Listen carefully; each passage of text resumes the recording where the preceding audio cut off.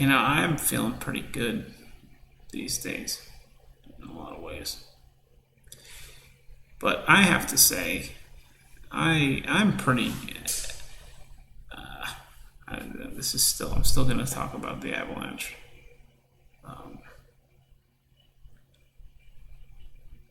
But I'm feeling pretty good these days. But for the first time in my adult life, since since my since dropping weight, my feet and my ability to just do what I want to do, just day to day, has been greatly impacted by the deterioration of both pairs of shoes that I own, and it's actually affected pretty much every day that I've had since it began, probably 2, 3, maybe 4 weeks ago. Maybe, well, no, it's since it began to the point where I can't, where I actually can't. And I'm pretty good with physical pain. But when it comes to the gradual nature of this, it's been absolutely almost all consuming when not when I'm doing anything other than sitting. And it's to the point where it's hard for me to even enjoy, what I'm now doing at times. Because I'm just biting through the pain, and even still, you know, I am I'm grateful that I was able to watch that game, that I was able to watch that series, and that I was able to watch all of the playoff run that I was able to watch. And it's honestly going through this with my shoes and my feet has been pretty eye opening about people that don't necessarily, people who are of even lesser, you know lesser fortunate, in lesser fortunate circumstances, in less fortunate circumstances regarding their physical health, even surrounding maybe something as simple as just their feet, their shoes, their just walking around. Been really eye opening,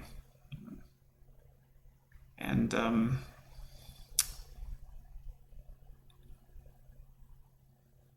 it's actually been something that's affected you know, my ability to watch some of these games at times. But that is what it is. It's just kind of been a personal thing, though. But the rest of what I wanted to talk about with the Avs, um, you know, I don't know what to say about.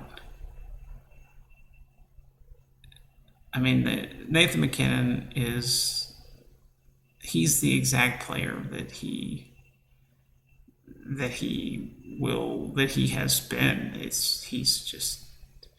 He shows up exactly when he decides that that's what's going to happen, and when he decides that that's what's going to happen, it's usually when the Avalanche really need it badly. That's just the type of player he is, and he does have that about him, not unlike Peter Forsberg used to provide for the Avalanche as well. And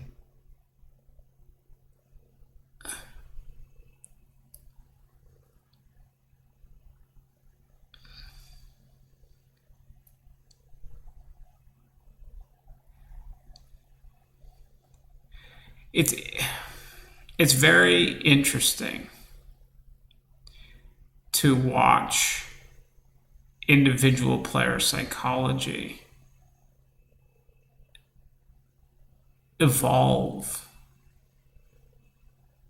over the years, and watch it evolve over the years with team psychology as well, and how many different roster moves and additions and subtractions have taken place since Landeskog was drafted, since McKinnon was drafted, since Rantanen was drafted, since Duchesne departed, since O'Reilly departed, since there's that the Avalanche are. It's not just a talent thing with them. It's not just a skill thing with them. It's not just a system thing with them. It's not even just a coaching thing with them. There seems to be some pretty incredible leadership that has developed and continued to develop there, and nothing has really touched it. And that's the part of that team, aside from the obvious stuff, aside from the exciting stuff, or the more exciting stuff, that is the part of the Avalanche that is so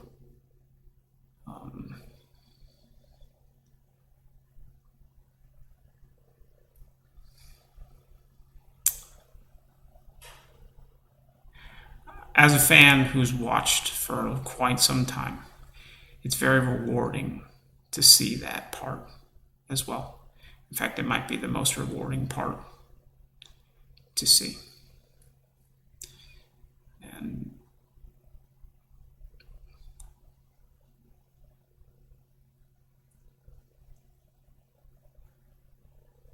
yeah.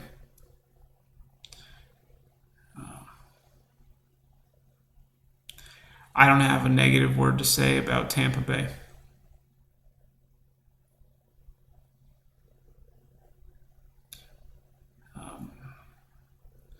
They're a very, very talented team, and they are coached very well. And it's pretty cool to see two teams like that, like those two teams play against each other in the finals, by the way. Even if you're just a general hockey fan or a hockey fan of a different team. It's pretty cool to see that, I think. I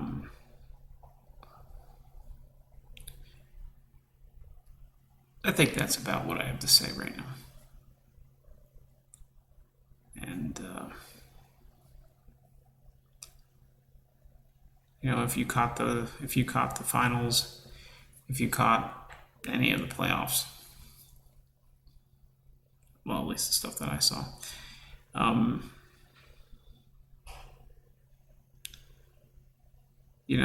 They're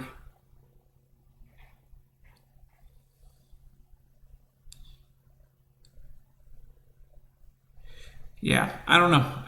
What I was going to say is just kind of the same thing. The maturation of the Colorado Avalanche is probably aside from Cale Makar being a player that I don't even know how to talk about Cale Makar right now, because he has such. It almost seems like there is potentially there is even more potential underneath what has already been demonstrated by him, but the thing that could be there is that if that is true, it might be really easy to just fly off the deep end with, you know, just talking about, well, look how young he is, you know, and defensemen traditionally don't even hit their peak until much later in their careers, and he is as young as he is, and he's already doing what he's doing, and it doesn't seem to be anything that is just a, you know, there's no, it doesn't seem like it's just a circumstance where the league can't figure him out. It's that he has, well, you know, that, and that's where I want to leave that right now. I don't want to talk about that stuff with him because it's not, he's a very unique case in this league. He's a very unique case in this league. There are not too many Cale Makars that come around.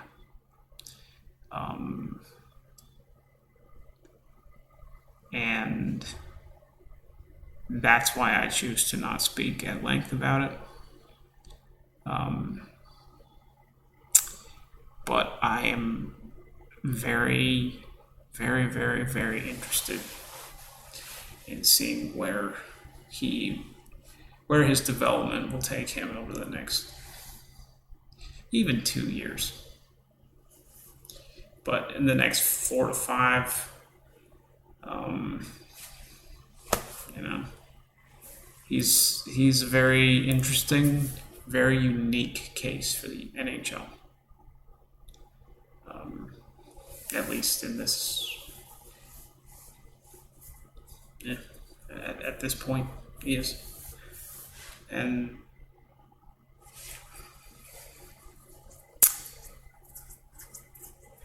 it's something else to see. And as far as Kadri goes, you know, I've said what I've said about Kadri and how I used to kind of be skeptical of the rougher parts of his game in the past when he was with the Leafs. He's always been a hell of a player, even at his word. Like even in the moments that were the easiest to be incredibly judgmental and harsh about some stuff that he has done, that he has been part of. You know, he's also seen his fair share of getting that stuff thrown right back at him. And it's nice to see Kadri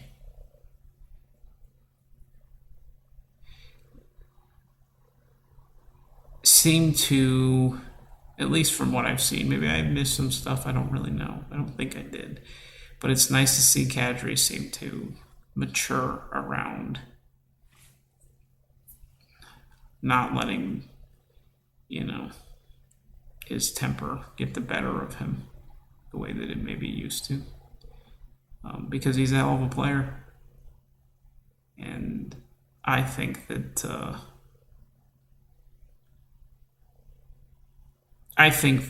he's somebody who he's due for recognition around his talent level not being overshadowed by his his past and maybe some of his recent past. I don't really know for sure. And what I'm talking about are the instances where he's, just the criticisms that he gets that sometimes are justifiable.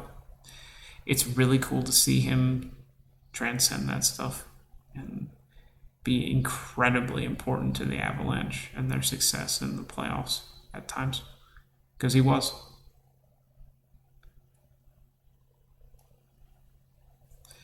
And that's what maturation is all about in sports.